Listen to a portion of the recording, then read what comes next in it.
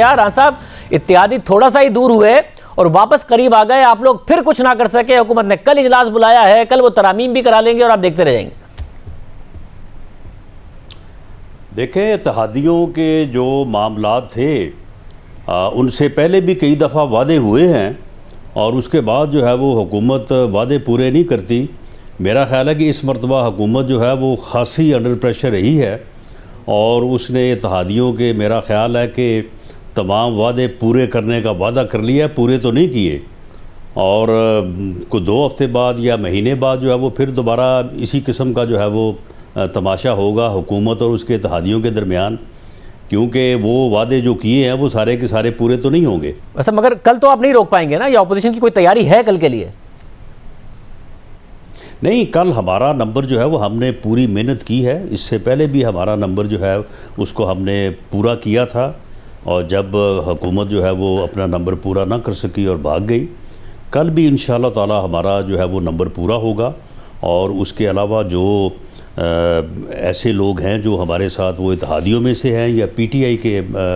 अराकीन हैं जो जमहूरियत के ऊपर यकीन रखते हैं, उनके साथ हमारी ये बात चल रही है कि ये इलेक्शन जो लाज हैं ये जब तक कंसेंसस के साथ जो है वो पास नहीं होंगे उस वक्त तक ये इम्प्लीमेंट नहीं हो सकते। मैं ये पूरे यकीन से कह सकता हूँ कि EVM जो है ये 10 मरतबा भी जो है ये कानून पास करवा लें, ये इम्प्लीमेंट नहीं हो सकता जब तक कि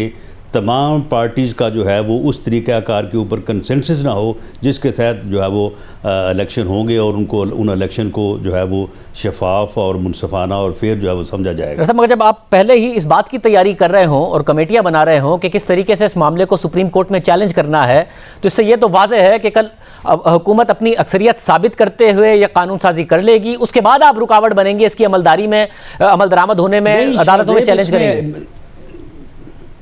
शाहजेब, इसमें मामला ये है कि 2 दिन पहले जब इनका नंबर पूरा नहीं हुआ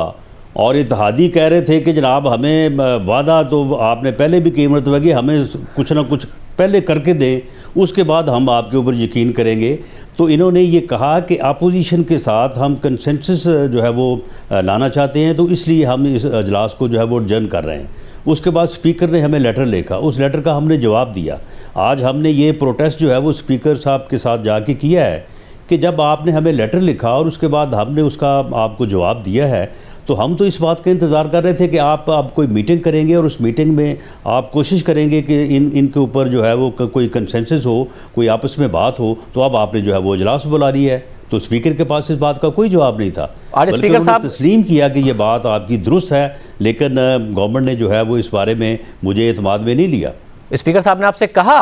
कि आप लोगों की बात दुरुस्त है और हुकूमत ने मुझे एतमाद में लिए बगैर ये इजलास बुला लिया है? जी बिल्कुल, उन्होंने कहा कि मुझे उन्होंने एतमाद में नहीं लिया और अभी तक नोटिफिकेशन नहीं हुआ। ये उस वक्त की बात है जब हम उनसे जो है वो दोपहर को मिले हैं, उसमें तमाम अपोजिशन जमातों के जो है वो सीनियर लोग थे। बहुत शुक्रिया। सनाउल्लाह साहब हमारे साथ मौजूद थे। वो कह रहे हैं कि स्पीकर ने उनको बाकायदा कहा है कि